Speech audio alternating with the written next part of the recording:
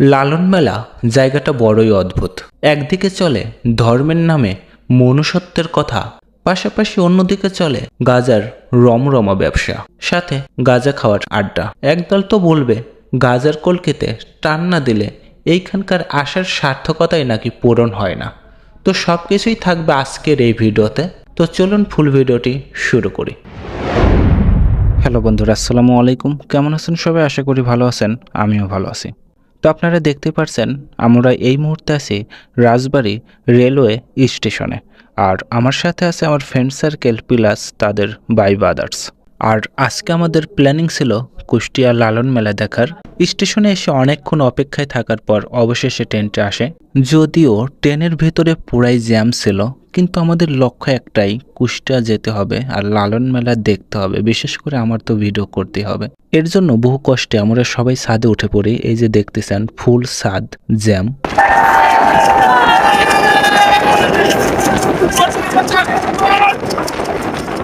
সত্যি বলতে ট্রেনের এই জার্নিটা, অর্থাৎ ছাদের এই ট্রেন জার্নিটা অনেক ইন্টারেস্টিং ছিল ভাই। কি বলবো, আমরা সবাই অনেক এনজয় করছি। এর ফুল ভিডিও অবশ্যই পরে পাবলিশ করব।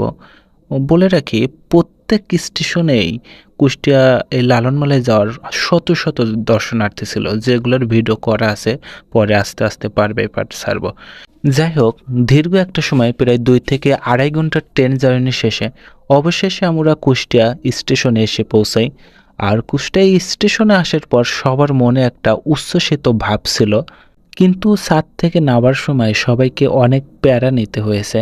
তারপরেও প্যারা শেষ করে ছাদ থেকে নামতে হয়েছে। প্যারা বলতে ভাই, অনেক কষ্ট করে ছাদ থেকে নামতে হয়েছিল। যাই হোক, ছাদ থেকে নামার পর আমরা হাঁটি হাঁটি পায়ে অবশেষে লালন মেলাতে গিয়ে পৌঁছাই। আর মেলাতে আসার পর প্রথমে যেটা মনে মনে ভাবি, হয়তো প্যারা সবচাইতে বেশি এই মেলাতেই হবে। চলতে চলতে কিন্তু এর বাস্তব প্রমাণ আমরা প্রত্যক্ষ করতে থাকি। কারণ এত পরিমাণ লোকের চাপ রে ভাই, কোটি কোটি পায়ে হাঁটতে হয়। আর মাঝে মধ্যে নদীর স্রোতের মতো একটা ঢেউ চলে আসে, যে ঢেউয়ে কে কোথায় কোন দিকে চলে যাবে তার কোনো নিশ্চয়তা নেই। এইটা হলো লালন মেলার প্রধানতম গেট। এখানেও প্রচুর ভিড়, অর্থাৎ সারা অল মেলায় প্রচুর ভিড় আর প্রচুর জ্যাম, ঠিক আছে। তো চলতে চলতে ওই যে ভিতরে দেখা যাচ্ছে ওইটা হচ্ছে মাজার। তো আমরা চলতে চলতে কিছু কথা বলি আপনাদের, যেটা হচ্ছে প্রত্যক্ষ করেছে বিপদ, অর্থাৎ পকেট সাবধান থাকতে হবে। আর সবচেয়ে বেশি বিপদ দেখেছি মেয়ে বা মহিলা মানুষ আর বয়স্ক মানুষদেরকে। এইটা হচ্ছে মাজারের মূল এরিয়া। সামনে যেগুলো দেখতে পাচ্ছেন, এখানে লালন শাহের শিষ্য বা মুরিদ ঘনিষ্ঠ যেগুলো, তাদের শায়িত করা হয়েছে। আর ভিতরে লালন শাহ উনারে শায়িত করা হয়েছে। মেলার সময় এটা চারপাশে অনেক সুন্দরভাবে ডেকোরেশন করা হয়, টিপটপ দেওয়া হয়। দেখতে পাচ্ছেন সব মানুষের চারপাশে ছবি তুলছে। আর এটা হচ্ছে একতারা, যেটা ওনার মাধ্যমে আমরা চিনি আর কি। তো আমরা একটু ঘুরে ও সামনের দিক যাওয়ার চেষ্টা করব। তো এইটা হলো সামনের দিক। আমি এই মুহূর্তে মাজারের সামনের দিকে আসছি। এখানে যারা আসছে সবাই ব্যস্ত, কেউ দেখতে ব্যস্ত, কেউ ছবি তুলতে ব্যস্ত। আমিও তাদের মতো ব্যস্ত ভিডিও করতে আর পরিবেশ পরিস্থিতি বুঝতে আর আপনাদের বোঝাতে। এখানে একটা জিনিস দেখে কনফিউজ হইলাম, যারা মাজারের মধ্যে প্রবেশ করছে তারা ফেরত আসার সময় কেন পিছন পিলি হয়ে ফেরত আসছে, এটা আমি বুঝলাম না। আপনারা জানলে অবশ্যই জানাবেন। যাই হোক, এখন আপনাদের আমি অডিটোরিয়ামে নিয়ে যাব। এটা হলো অডিটোরিয়ামের ভেতর। অডিটোরিয়ামে মূলত লালন শাহের যারা ভক্ত আছে, মুরিদ আছে, বাইরে থেকে আসে, লং টাইম এখানে অবস্থান করে, মূলত তাদের এটা থাকার ব্যবস্থা। এইখানেই তারা থাকে এইভাবে সবাই একসাথে, নারী পুরুষ যাই বলে না কেন সবাই এইভাবে একসাথেই থাকে, একসাথেই খাওয়া দাওয়া করে। আর এইটা কি বা কেন উনি এভাবে বসে আছে সবকিছু সাজিয়ে গুছিয়ে, আই হ্যাভ নো আইডিয়া। আর যারা বাইরে থেকে আসেন, এই মাজারের ভেতর থেকে যদি খাওয়া দাওয়ার ব্যবস্থা সারতে চান, তাহলে আপনারা এখান থেকে খেতে পারেন। তো এতক্ষণ ধরে আমরা আপনাদেরকে মাজারের মূল অংশটুকু দেখানোর চেষ্টা করলাম। ও সরি, একটা জিনিস বাদ আছে, সেটা হচ্ছে মাজার মিউজিয়াম।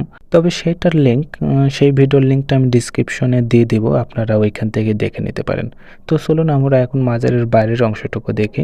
আর বাইরের অংশটুকু দেখতে আমাদের এই মাজারের মূল অংশ থেকে বাইরে যেতে হবে। এই যে প্রবেশ পথ, এটা হচ্ছে সেকেন্ড পার্ট, অর্থাৎ বাইরের অংশ। প্রচুর যুদ্ধ করতে হয়েছে এইখানে ঢুকতে। চলুন আমরা যুদ্ধ শেষ করে ওপার চলে যাই। যাই হোক, অনেক যুদ্ধ শেষে আমরা এই পার্টে চলে এসেছি।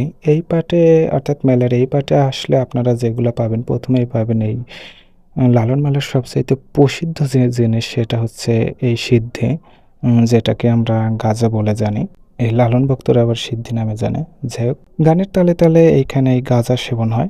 এভাবে সবাই যার যার মতো আসর জমায়। যাই হোক, গাঁজার পাশাপাশি আপনারা এখানে বিভিন্ন ধরনের খাবার আইটেম পেয়ে যাবেন। মিষ্টি জাতীয়, ভাজা পুরি, ভাত, ডাল, ডিম, যাই খান না কেন সবই পেয়ে যাবেন।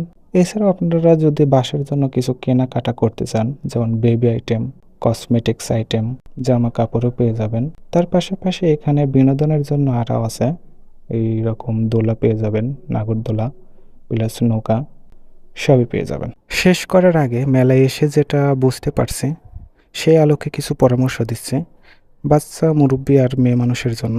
আপনারা এই মেলার 3 দিন এখানে আসা থেকে বিরত থাকবেন, আর যদিও আসেন তাহলে অবশ্যই কেয়ারফুলি থাকবেন। বিশেষ করে মেয়ে মানুষের উদ্দেশ্যে বলছি, আপনারা যদি এই স্রোতের তলে যদি গা ভাসাতে না চান আর যদি ডলা খেতে না চান, তাহলে অবশ্যই এইখানে এই 3 দিন আসা থেকে বিরত থাকবেন।